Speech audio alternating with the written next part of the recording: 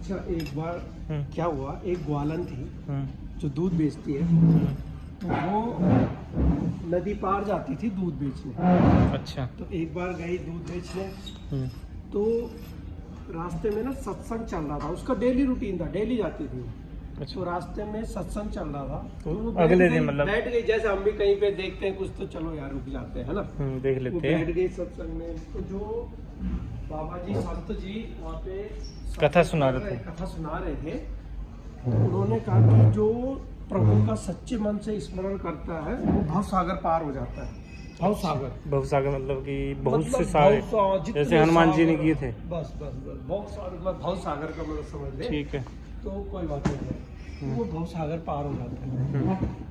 तो वो जा रहे थे, डेली जाते थे। एक दिन क्या हुआ, वो सत्संग में बैठे और जब सुन रहे थे सत्संग, वो लेट हो गए सुनते सुनते, और जहाँ से पार करना था वहाँ से नाव जाती थी, तो कोई नाव नहीं दिखी, अच्छा। कोई नाव नहीं। अब उनके उनके एकदम स्मरण आया मन में कि संत जी ने कहा था कि अगर भवसागर। आप, हाँ, कि प्रभु को सच्चे मन से याद करो तो भव सागर, तो ये तो छोटी सी नदी है। और उन्होंने क्या किया, ऐसे मन में हे कृष्ण, और नदी के ऊपर चलने लगे, और सच में वो पार हो गए। ये जो ग्वालन थी। हाँ, ग्वालन, सच में, क्योंकि उन्होंने सच्चे मन से सच्चे मन से याद किया और पार हो गए, क्योंकि वो समस्या थी, प्रॉब्लम थी जाने का ना। ठीक है। तो अब उन्होंने डेली क्या किया, यार नाव से कौन जाए। सच्चे मन से याद किया, और डेली का हो गया कि सच्चे मन से याद किया और पार कर दिया, और वैसे पार करने लग गए, चलने लग गए। कितनी बार हुआ है सब? अब हुआ 2-3 बार, 4 बार, जब भी मतलब। सर एरिया क्या था किसी का? इन्हीं का था जी। तो वो ना डेली हो गया। अब एक दिन उनके मन में आया कि जिन्होंने मुझे इतनी अच्छी शिक्षा दी, ज्ञान दी, क्यों ना उनको अपने घर पे भोजन कराया जाए संत जी। अच्छा। एक दिन बोला जाते हमारे घर पे, कि हमारे घर पे चलो और वहाँ पे आपके लिए भोजन की व्यवस्था है ऐसे। ठीक तो है। वो चले गए साथ में, ठीक है। वो साथ में गए, जाने लगे, तो कौन सर? अच्छा, कौन दे देते हैं? अब प्रभु की लीला है, उन्होंने लीला करनी थी अपनी, ठीक है। है ना। जब वो करते हैं, जैसे वो वहाँ पहुँचे, कोई नाव नहीं, कोई नाविक नहीं। तो उन्होंने बोला, ग्वालन ने बोला कि आ जाओ पार करते हैं। तो वो बोलते, बाबा जी जो संत जी थे, संत जी बोलते पार करे कैसे, नाविक तो है नहीं, कोई नाव का वेट करो।